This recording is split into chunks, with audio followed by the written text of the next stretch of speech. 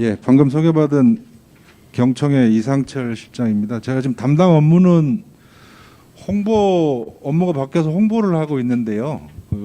실제는 이제 저희 사회정책본부에서 복지 정책을 다루고 있는데 사회정책본부를 한 10여 년 정도 했습니다. 그때 우리 김원식 교수님하고도 알게 됐고, 그래서 김원식 교수님이 아마 그때 생각하셔서 저를 부르신 것 같은데, 사실 뭐 김원식 교수님은 워낙 이런 부분에 대해서 연구도 많이 하셨고 뭐 굉장히 잘 알고 계시고, 뭐 그동안 쭉 과정을 보면 저희하고 뭐 특별하게 반대되는 부분이 없습니다. 생각하시는 거하고 저희가 또 주장하는 바하고 비슷해서 오늘 뭐 별 토론이 안 될 것 같다라고 생각하고 뭐 불러주시니까 오긴 했는데, 아까 이제 김강병 교수님 그 토론문을 듣고 깜짝 놀랐습니다. 거기에 대해서 사실은 제가 김강병 교수님 토론문을 먼저 좀 봤으면 토론이 됐을 것 같은데, 어쨌든 그게 아마 아까 교수님도 말씀하셨지만 저도 역시 경제학을 전공하고 경제 단체에서 일을 하다 보니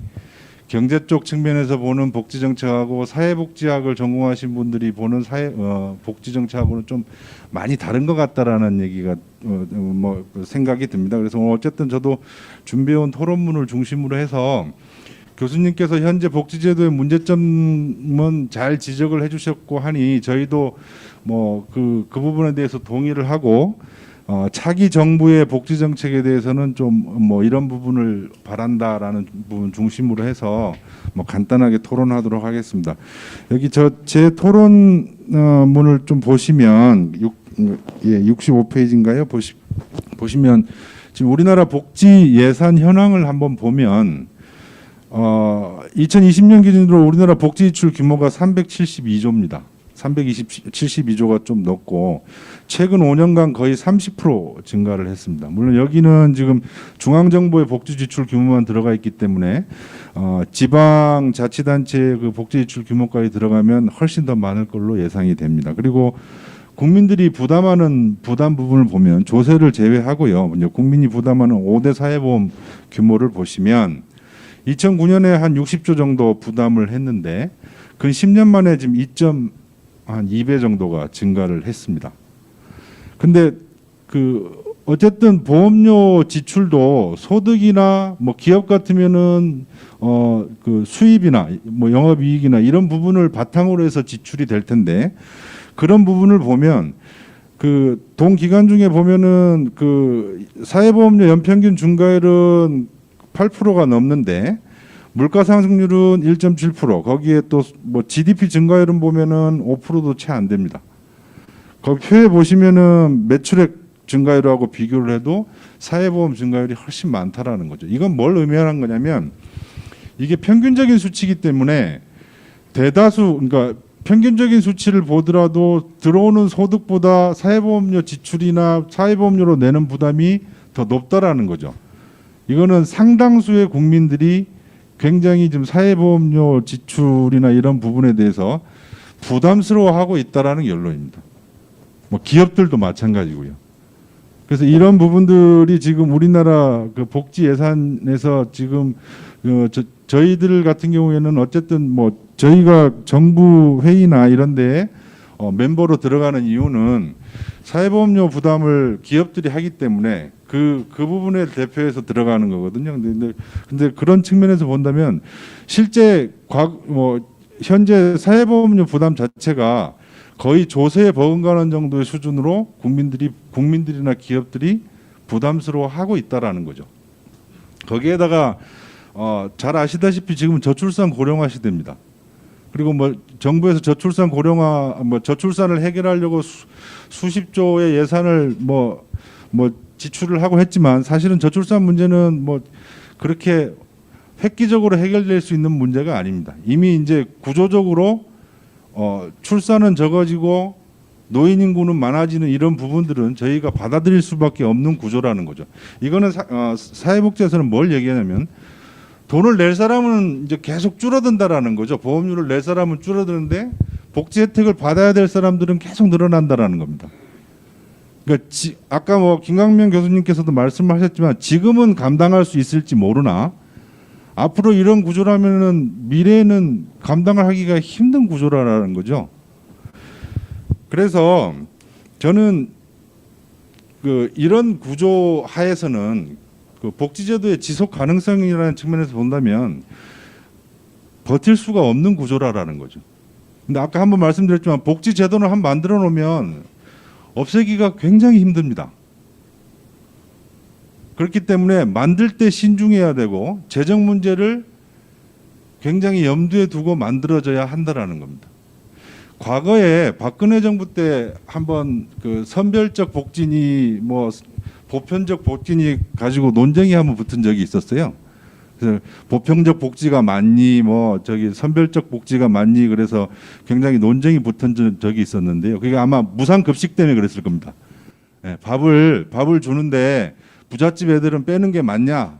뭐 그러면서 언론에 뭐 재벌 손자들은 밥 빼는 게 맞냐 해서 그때 보편적 복지와 선별적 복지 가지고 한번 논쟁이 됐었는데 제 기억으로는 그때 선별적 복지의 한 비중 자체가 제도마다 달랐지만 한 30%에서 50% 정도였습니다. 그러니까 어려운 사람들 30%에서 50% 정도 주는 게 우리가 일반 학문적으로 정해져 있지는 않았지만 그 정도 주는 게 선별적 복지고 전체를 다 주는 게 보편적 복지라는 그런 생각으로 이렇게 됐는데 요즘 어떤지 아세요? 요즘 재난지원금 주는 거 한번 보십시오. 선택이 88%입니다. 선별해서 주는 게. 90% 뭐 80% 90%면요 거의 보편적 복지입니다. 그거는. 근데 이게 물론 정치적 요인도 있고 뭐 대선이 다가오고 선거철이 다가오니까 뭐 일부 뭐 그게 수치가 계속 올라가는데 이제 그런 부분들이 감당을 할 수 있느냐라는 거죠. 지금은 어떻게 빚을 내서 조금 주고 할 수 있겠지만 앞으로 계속 그런 행태 자체들이 감당을 할 수 있겠느냐라는 겁니다. 그래서 저는 차기 정부는 복지제도의 지속 가능성 측면에 좀 포커스를 좀 맞췄으면 좋겠습니다. 지속 가능할 수 없는 복지라고 한다면 대상을 줄이든지 아니면 재정을 어디 안전하게 확보할 수 있는 방안을 마련하든지 이런 측면에서 복지제도를 운영하는 게 바람직한가 아닌가라는 생각이 들고 그러기 위해서 우리가 얘기하는 복지제도의 좀 철학을 좀 내세웠으면 좋겠습니다. 지금은 뭐 그냥 제도별로 해서 뭐 이 제도 더 많이 주고 뭐 이렇게 중구난방식으로 좀 되는 것 같은데 복지 철학 우리 정부의 복지 철학을 갖다가 좀 국민들이 알 수 있도록 얘기를 해줬으면 좋겠는데 그런 부분들이 이제 적정 사회 보장 목표를 좀 제시를 해줬으면 좋겠습니다. 그리고 이제 강론으로 좀 들어가면 건강보험 얘기하고 국민연금 얘기가 나오는데 우리나라 건강보험 제도를 합리적 비용의 보편적 의료 서비스를 제공한다고 돼 있습니다. 맞습니다. 그러니까 근데 따지고 보면 합리적 비용이라기보다는 어떤 부분에서는 굉장히 좀 싼 비용, 적은 비용으로 의료에 접근할 수 있도록 해놓은 부분들이 있습니다. 무슨 얘기냐면은 너무 경증에 많은 돈을 투자한다라는 거예요. 경증에 그러니까 감기나 뭐 이런 아주 작은 소소한 병들에 너무 적은 비용으로 그러니까 실제 가입자들 국민들이 충분하게 그냥 자기가 부담할 수 있는 부분에 대해서 문턱을 너무 낮춰놔 가지고 병원을 너무 자주 간다라는 겁니다. 불필요하게. 근데 반대로 중증질 이렇게 예산을 낭비하다 보니까 중증질환 정말 병에 한번 걸리면 완전 폐가 망신할 정도로 비용 부담이 많이 들어가는 이런 병들은 또 상대적으로 재정이 덜 투입되고 있습니다. 그래서 구조 자체를 조금 경증이나 이런 부분에 대해서는 부담을 높이든지 하고 중증 쪽에는 좀 부담을 낮추는 이런 정책들을 취해야 지속 가능성이 있지 않겠느냐라는 건데 현재 우리나라 보험료 건강보험 구조를 보면 지출이나 이런 부분들을 정부에서 컨트롤할 수 있는 구조가 아닙니다. 뭐 과거에 김원식 교수님도 뭐 멤버로 활동을 하셨지만 건강보험정책심의위원회에서 각 의료 행위마다 저희도 거기에 들어가 있습니다만은 의료 행위마다 이 행위를 건강보험료에 집어넣을 것이냐 말 것이냐를 결정하고 거기에서 수가를 그럼 이 행위에 대해서 수가를 얼마로 결정을 하느냐를 다 결정을 합니다. 결정을 하는데, 그러니까 우리나라 건강보험료 바탕은 행위가 돼 있다라는 거죠. 그 행위가 들어오면 건강보험을 적용을 하게 되면 그 서비스를 받으러 오는 사람들에 대해서는 통제를 못 합니다. 그러니까 사실은 건강보험료 자체가 재정이 얼마 들어가는지 자체를 별로 가늠을 쉽게 할 수 있는 구조가 아니라는 거죠.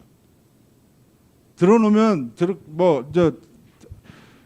가격을 설정해 놓고 수가를 설정해 놓으면은 사람들이 얼마 오는지는 통제가 안 되기 때문에 건강보험료 전체, 그러니까 건강보험 재정 전체에 대해서 관리를 원활하게 할 수 있는 구조가 아니라라는 겁니다. 그래서 이런 구조들도 조금 차기 정부에서는 조금 바꿀 필요가 있지 않나라는 생각이 들고요. 그리고 질병 치료 중심으로 너무 건강보험이 돼 있어서 좀 예방에도 좀 신경을 써야, 예방이라는 거는 국민들이 건강하게 할 수 있는 부분, 건강하게 할 수 있는 이런 시스템을 만들어 놓으면 결국은 병원에 잘 안 가거든요. 건강한 관리를 하게 되면 병원에 많이 안 가게 되고, 그러면 또 건강보험 재정이 세이브되는 이런 효과들도 있기 때문에 예방 쪽에 많은 좀 하는 게 좀 맞지 않나라는 생각이 들고, 예, 시간이 조금 더 남아서 국민연금도 조금 말씀을 드리면, 예, 국민연금도 말씀을 드리면 지난번에 경제사회노동위원회에서 경사노위에서 연금 투기를 만들어서 그때 다수안을 완전 합의를 보지는 못했지만 다수안이 보험료를 9%에서 12% 올리고 지금 소득 대체율을 40%에서 45%로 늘리는 방안을 다수안으로 채택을 했습니다. 그러니까 보험료를 좀 더 내는 대신에 지금 돌려받는 국민연금 액수도 더 올리겠다라는 거죠. 근데 이런 부분도 마찬가지입니다. 지금 연금을 받거나 곧 받을 사람한테는 혜택이 되지만 미래에 지금 젊은 세대들한테 분합을 떠넘긴다라는 거죠. 결국은 세대 갈등을 유발할 수 있고 이 부분도 지속 가능하지 못하다라는 부분입니다. 그래서 이 부분도 만약에 연금 개혁을 하게 된다면 차기 정부에서 좀 신경을 써야 될 부분인 것 같고요. 시간이 다 됐다고 하니 끝으로 그냥 기본소득에 대해서 한 말씀만 좀 드리고 마치도록 하겠습니다. 기본소득 도입에 대해서 많은 얘기가 오고 가고 있는데 사실은 기본소득 자체를 도입하기 위해서는 우리나라 복지 패러다임 자체가 완전히 바뀌어야 되는 겁니다. 지금 현재 우리나라가 시행하고 있는 복지제도하고 기본소득은 그 개념 자체가 완전히 다르다라는 거죠. 지금 우리나라 복지제도는 조세나 사회보험료를 기반으로 해서 그 개별 복지제도의 취지에 맞게 대상을 선별해서 거기에 대한 복지를 취하고 있습니다. 근데 이 기본소득은 이러한 개별적 맞춤형 이런 개념이 아니라 그 개별 국민들마다 지원 정도의 차이가 있지만 전체 국민을 대상으로 해서 한다라는 거죠. 그렇게 되려면 이걸 만약에 도입하기 위해서는 탁상 위에다가 지금 현재 있는 복지 제도나 재정 등을 다 올려다 놓고 다 종합적으로 검토를 해야 된다라는 겁니다. 근데 지금 우리나라 기본소득 도입에 대해서 얘기가 되는 걸 보면 기존 복지 제도는 다 놔둔 채 그냥 국민들에게 1인당 얼마씩을 주는 걸로 얘기가 다 되고 있습니다. 그러니까 원래 기본소득의 개념에서 완전 변질된 거죠. 그러니까 이런 기본소득의 도입 여부를 찬성하고 반대하는 걸 논외로 하고요. 기본소득을 도입하려면 적어도 이런 정도의 논의가 이루어져야 되고 결국엔 이것도 사회적 합의의 문제거든요. 특정 대선 후보가 이걸 도입하겠다고 해서 도입할 수 있는 문제는 아닙니다. 사회 전체적으로 합의가 이루어져야 되기 때문에 이런 부분들에 대해서도 좀 신경을 좀 써주셨으면 좋겠다는 생각이고요. 그래서 정리를 하면 차기 정부에 저는 이제 딱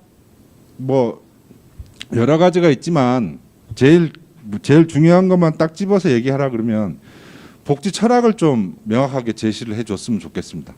이것저것 제도 여러 개 만들어서 주는 거 이게 아니라 복지 철학을 국민들이 알 수 있게 제시했으면 좋겠고 지속 가능성에 좀 신경을 써줬으면 좋겠다라는 겁니다. 지속 가능성에 신경을 쓴다라는 의미는 미래 세대까지 감안을 해서 좀 판단을 해줘야겠다라는 이런 부분들을 강조드리면서 제 토론을 마치도록 하겠습니다.